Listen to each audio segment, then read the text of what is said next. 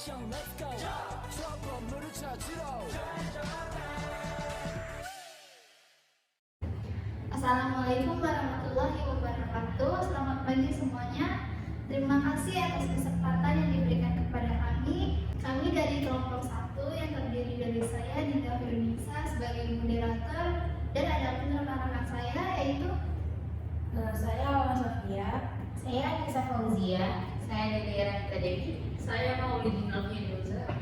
Oke, tanpa berlama-lama lagi kita akan lanjut presentasi yang pertama yaitu kepada Delia. Terima kasih kepada moderator. Di sini saya akan menjelaskan tentang pengertian perusahaan dagang. Perusahaan dagang adalah suatu perusahaan yang memerlukan berbagai jenis produk yang dijual untuk keperluan konsumen tanpa merubah bentuk atau wujud barang tersebut. Perusahaan terlebih dahulu memberi berbagai produk tertentu, memelihara persediaannya, dan mendistribusikan produk tersebut ke pelanggan melalui transaksi. Aktivitas utamanya ialah menjual kembali barang yang sudah dibeli tanpa mengubah, modifikasi, atau mengelolanya sehingga nilai dan bentuk barang tersebut berubah. Perusahaan dagang tersebut hanya tinggal menjualnya kembali. Dari situlah perusahaan dagang memperoleh keuntungan, yaitu dari selisih antara harga jual dan harga beli dari produk yang berhasil terjual kepada pelanggan.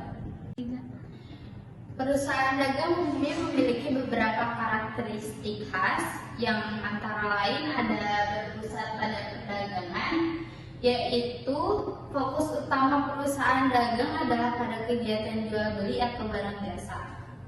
Yang kedua ada inventarisasi, yang berarti perusahaan dagang biasanya memiliki stok barang atau inventaris untuk dijual kepada pelanggan. Terus yang ketiga ada pendapatan dari penjualan, adalah sumber utama pendapatan perusahaan dagang berasal dari penjualan barang atau jasa pada pelanggan. Yang keempat ada pemrosesan pesanan, yaitu terlibat dalam kegiatan pemrosesan pesanan, pembelian dan penjualan, termasuk pengelolaan, persediaan dan pengiriman barang.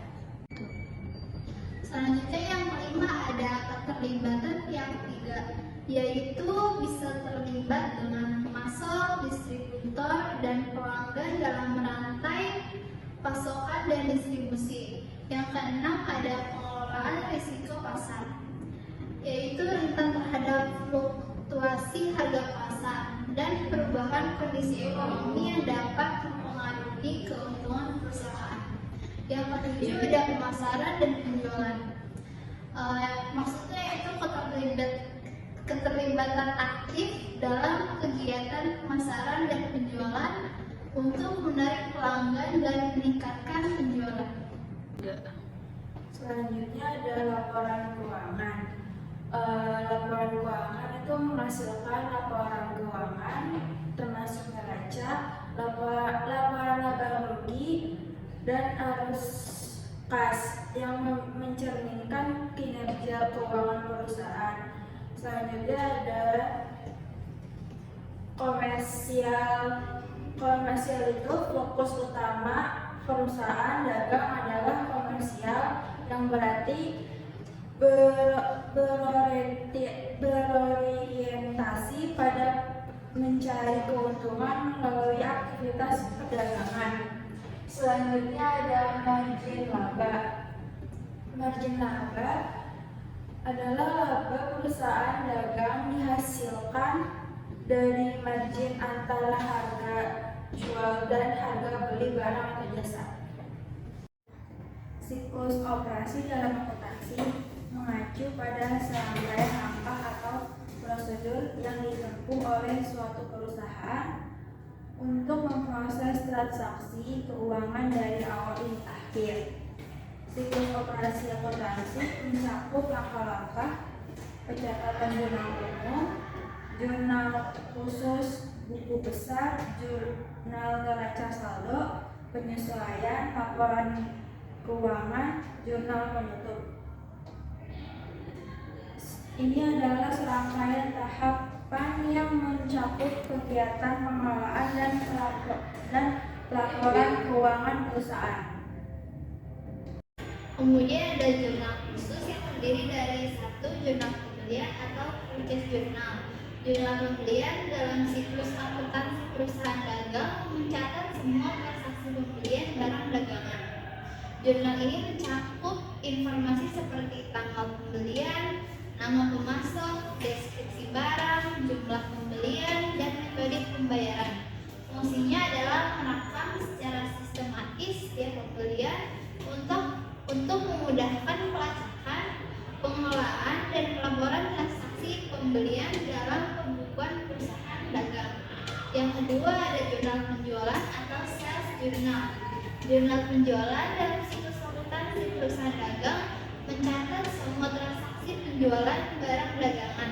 Informasi yang dicatat meliputi tanggal penjualan, nama pelanggan, deskripsi barang, jumlah penjualan, dan metode pembayaran. Fungsinya adalah merekam dengan rinci setiap transaksi penjualan untuk keperluan pelacakan, pengelolaan, dan pelaporan dalam pembukuan perusahaan dagang. Yang ketiga ada jurnal penerimaan kas, yaitu suatu pencatatan transaksi yang terjadi secara tunai, baik itu dengan menggunakan kas ataupun cek. Jurnal ini dikenal juga dengan buku kas masuk, yang mana fungsinya adalah sebagai pencatatan transaksi seperti penerimaan uang, penerimaan piutang, penjualan tunai, dan lain sebagainya. Yang keempat ada jurnal pengeluaran kas. Jurnal ini mencatat semua transaksi pengeluaran uang tunai oleh perusahaan. Ini termasuk pembayaran untuk pembelian barang dagang, biaya operasional, dan pengeluaran lainnya. Jurnal ini membantu melacak dan merekam setiap pengeluaran kas agar dapat dicatat secara akurat dalam pembukuan perusahaan dagang. Selanjutnya ada buku besar. Buku besar dalam siklus akuntansi perusahaan dagang adalah catatan utama yang mencatat semua transaksi keuangan perusahaan secara rinci. Ini mencakup semua akun-akun seperti kas, piutang, hutang, persediaan, dan lainnya. Buku besar membantu memantau perubahan keuangan perusahaan dan menyajikan informasi yang diperlukan untuk menyusun laporan keuangan. Kemudian ada buku besar piutang. Dalam siklus akuntansi perusahaan dagang adalah catatan rinci yang mencatat transaksi terkait dengan piutang, termasuk penjualan kredit dan penerimaan pembayaran. Buku ini membantu memantau dan mengelola aspek keuangan terkait piutang dalam operasi perusahaan. Buku besar pembantu utang. Buku besar pembantu ini merupakan dokumen yang mencatat perubahan utang atau membeli dengan kredit menurut nama perusahaan. Secara menyeluruh, isi dari berkas atau dokumen ini adalah semua tentang utang yang dimiliki oleh perusahaan secara mendetail untuk setiap poin yang dimiliki oleh bisnis, mulai dari jenis transaksi, jenis barang yang menjadi objek transaksi, dan setiap detail lain terkait utang. Semua tercatat dalam dokumen ini. Jurnal penyesuaian adalah catatan akuntansi yang dibuat pada akhir periode pelaporan untuk mencatat transaksi atau peristiwa yang belum tercantum dalam jurnal umum. Tujuannya adalah memastikan bahwa laporan keuangan mencerminkan kondisi keuangan perusahaan secara akurat. Dalam konteks perusahaan dagang, jurnal penyesuaian dapat mencakup penyesuaian persediaan, depresiasi aset, pendapatan yang masih harus diakui, dan beban yang masih harus dilaporkan. Yang selanjutnya ada laporan keuangan, yaitu laporan laba rugi. Dikenal sebagai income statement, merincikan pendapatan dan beban suatu entitas selama periode waktu tertentu, biasanya dalam 1 tahun. Pendapatan atau revenue mencakup semua penerimaan, sedangkan beban atau expense melibatkan semua pengeluaran. Selisih antara pendapatan dan beban adalah laba bersih atau rugi bersih. Fungsinya adalah memberikan gambaran tentang kinerja finansial perusahaan selama periode tersebut. Yang kedua ada laporan neraca. Laporan neraca adalah laporan yang terdiri atas aset, kewajiban, dan ekuitas. Aset sendiri mencakup harta yang dimiliki perusahaan, kewajiban mencakup hutang, dan ekuitas mencakup kepemilikan pemegang saham. Selanjutnya ada laporan perubahan modal. Laporan perubahan modal adalah laporan yang berisi informasi mengenai perubahan modal akibat penambahan dan pengurangan laba atau rugi dan transaksi keuangan pemilik modal. Perubahan modal di dalam laporan keuangan ini diperoleh dari selisih antara penambahan jumlah modal awal dan laba atau rugi dengan jumlah penarikan modal. Selanjutnya ada laporan arus kas. Laporan arus kas adalah suatu dokumen keuangan yang menyajikan informasi mengenai arus masuk dan keluar uang dalam suatu periode tertentu. Laporan ini mencakup aktivitas operasional, investasi, dan pendanaan perusahaan, memberikan gambaran dan penggunaan kas. Jurnal penutup merupakan catatan akuntansi yang dibuat pada akhir periode pelaporan untuk menutup semua akun pendapatan dan beban secara mentransfer saldo laba atau rugi bersih ke akun ekuitas. Tujuannya adalah untuk mempersiapkan buku besar untuk periode berikutnya dan memulai dengan saldo nol pada akun pendapatan dan beban. Dalam konteks perusahaan dagang, jurnal penutup akan mencakup penutupan akun-akun seperti pendapatan penjualan, biaya barang terjual, dan berbagai beban operasional lain. Metode pencatatan dalam perusahaan dagang dibagi menjadi dua, perpetual system dan periodic system. Perpetual system adalah setiap transaksi yang terjadi langsung dicatat dalam sistem. Contohnya seperti Indomaret dan Alfamart. Yang kedua, periodic system, yaitu pencatatan transaksi dilakukan setelah melakukan pengecekan fisik di gudang. Selanjutnya ada freight cost atau biaya angkut. Biaya angkut sendiri terbagi menjadi dua, yaitu ada FOB shipping point, yaitu di mana ketika terjadi pengiriman maka hak pembelian sudah menjadi hak pembeli. Sedangkan yang FOB destination adalah biaya angkut yang terjadi ketika hak barang tersebut sudah berpindah ke tangan konsumen. Di sini kenapa take out-nya berada di sebelah debit? Karena ketika kita membayar biaya angkut maka posisi biaya angkut akan bertambah di sebelah debit menjadi 150.000. Sedangkan untuk cashnya sendiri berada di sebelah kredit karena kita mengeluarkan biaya angkut sebesar 150.000 untuk membayar biaya pengiriman. Kemudian ada purchase. Purchase itu dalam bahasa Indonesia-nya pembelian. Pembelian terjadi secara tunai dan kredit. Pembelian secara tunai adalah pembelian yang dilakukan oleh perusahaan dengan mengeluarkan kas untuk pembayaran barang yang dibeli untuk keperluan aktivitas perusahaan dan untuk barang persediaan. Kemudian pembelian secara kredit adalah pembelian yang dilakukan oleh perusahaan dengan cara mengangsur biaya pembayarannya secara bertahap dan dibayarkan sampai batas waktu yang ditentukan. Contohnya itu ada PW Audio membeli barang sebesar 300.000 kepada Sob Stereo pada tanggal 14 Mei secara kredit. Jurnalnya itu pada tanggal 14 Mei inventory 300.000 pada account payable sebesar juga 300.000.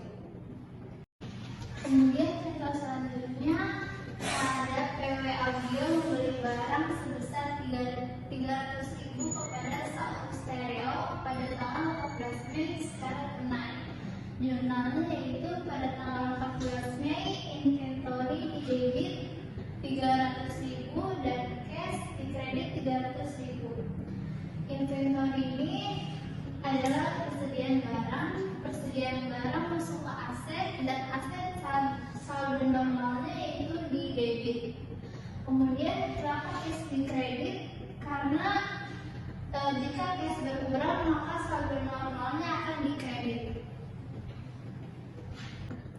Selanjutnya ada purchase return, yaitu pengembalian barang oleh konsumen kepada pembeli ketika barang rusak atau tidak sesuai dengan yang dibeli. Contoh jurnalnya ada akun payable pada inventory. Untuk akun payable kenapa ada di debit? Karena ketika saldo normalnya utangnya berkurang, maka ia berada di posisi debit. Untuk inventory juga sama, karena barangnya berkurang, maka ia ada di posisi kredit. Untuk contoh soalnya, pada tanggal 14 Mei, Sal Stereo mengembalikan barang dengan harga 150.000 kepada PW Audio. Jurnalnya sama kayak yang tadi, akun payable sebesar 150.000 pada inventory sebesar 150.000. Selanjutnya ada purchase discount atau potongan harga pembelian dengan ketentuan sebagai berikut. Yang pertama itu ada 2/10 N/30 mendapatkan diskon sebesar 2% jika dibayar dalam waktu 10 hari setelah tanggal pembelian dan jatuh tempo dalam 30 hari. Yang kedua itu ada 1/10 mendapatkan diskon sebesar 1% jika melakukan pembayaran dilakukan 10 hari setelah pembelian dan akan jatuh tempo akhir bulan. Yang terakhir ada N/10 membeli namun dengan faktur atau utang, tetapi harus membayar 10 hari setelah akhir bulan. Untuk jurnal purchase diskonnya sendiri, di sini ada akun payable, inventory, dan cash. Akun payable-nya berada di sebelah debit karena dia mengurangi hutang. Sedangkan inventory-nya berada di sebelah kredit karena dia merupakan akun diskon. Untuk cash-nya sendiri di sebelah kredit juga karena dia mengurangi harta, karena dia melakukan pembayaran sehingga mengurangi harta. Untuk contohnya di sini pada tanggal 14 Mei, Sal Stereo membayar pembelian secara kredit sebesar 3.500.000 dengan termin 2/10 N/30. Jadi jurnalnya itu akun payable sebesar 3.500.000, pada inventory sebesar 70.000 dan pada cash sebesar 3.430.000. Untuk inventory-nya sendiri mengapa bisa seharga 70.000? Karena dari akun payable sebesar 3.500.000 dikalikan dengan persentase diskonnya itu sebesar 2%, maka inventory atau diskonnya sebesar 70.000. Untuk cashnya sendiri mengapa 3.430.000? Karena dari akun hutang atau akun payable dikurangi dengan harga diskon.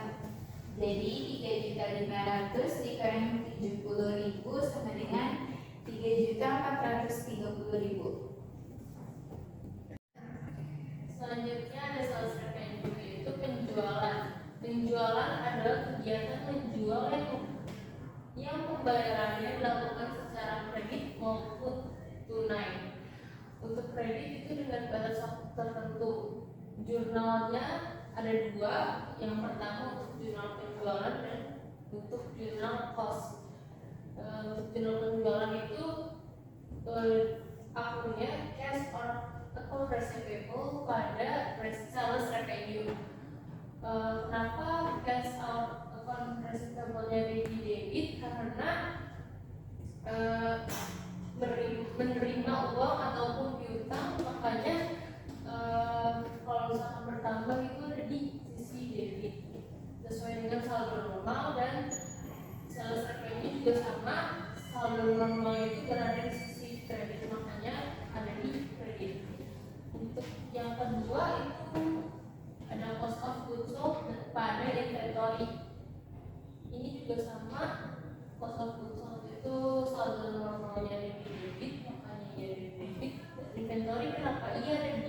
sebelah kredit karena sudah melakukan penjualan maka barangnya berkurang, dan kalau berkurang itu berarti barangnya kredit. Kemudian contohnya sebagai berikut, tanggal 4 Mei PW Audio mencatat penjualan kepada satu stereo sebesar 3.800.000 dan asumsi kos PW Audio adalah 2.400.000. Jurnalnya yaitu pada tanggal 4 Mei account receivable pada sales revenue sebesar 3.800.000. Kemudian bawahnya 4 Mei cost of goods sold pada inventory sebesar 2.400.000. Untuk selanjutnya adalah sales return, yaitu pengembalian barang yang sudah dijual. Retur penjualan adalah penerimaan barang oleh pihak penjualan yang dikembalikan dari pihak pembeli. Pengembalian ini biasanya terjadi jika barang yang dikirimkan pihak penjual tidak sesuai dengan apa yang diinginkan pembeli atau mengalami kerusakan. Contoh jurnalnya sendiri ada sales return pada account receivable. Untuk account receivable-nya di sebelah kredit karena piutangnya berkurang, sehingga account receivable-nya ada di sebelah kredit. Yang selanjutnya ada inventory pada cost of goods sold. Inventory-nya bertambah di sebelah debit karena ada barang yang dikembalikan, sehingga harga pokok penjualannya berkurang di sebelah kredit. Adapun contohnya yaitu pada tanggal 4 Mei PW Audio mencatat retur penjualan secara kredit sebesar 300.000 dan asumsi kos adalah 140.000. Jurnalnya itu pada tanggal 4 Mei sales return and allowance pada account receivable itu sebesar 300.000, dan selanjutnya ada pada tanggal 4 Mei inventory pada COGS sebesar 140.000. Selanjutnya ada sales diskon, yaitu diskon penjualan atau potongan harga atau pengurangan nilai yang diberikan kepada pelanggan sebagai insentif untuk mendorong pembelian dan memiliki jangka waktu yang pendek. Untuk jurnalnya itu cash sales diskon pada account receivable. Untuk cash kenapa ada di sisi debit? Karena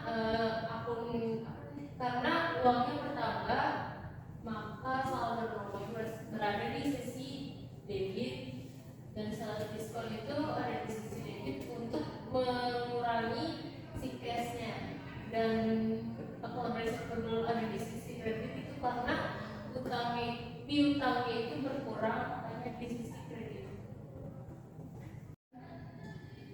Selanjutnya pada tanggal 14 Mei Salok Stereo diasumsikan membayar utang dikurangi retur kepada PW yang waktu diskonnya akan habis.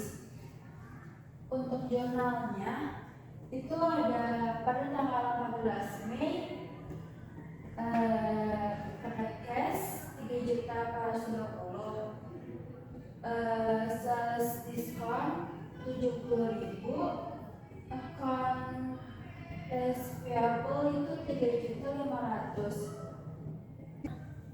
Nah, 3.500.000 dikurang returnya 300, itu hasilnya 3.500.000. Ini piutang.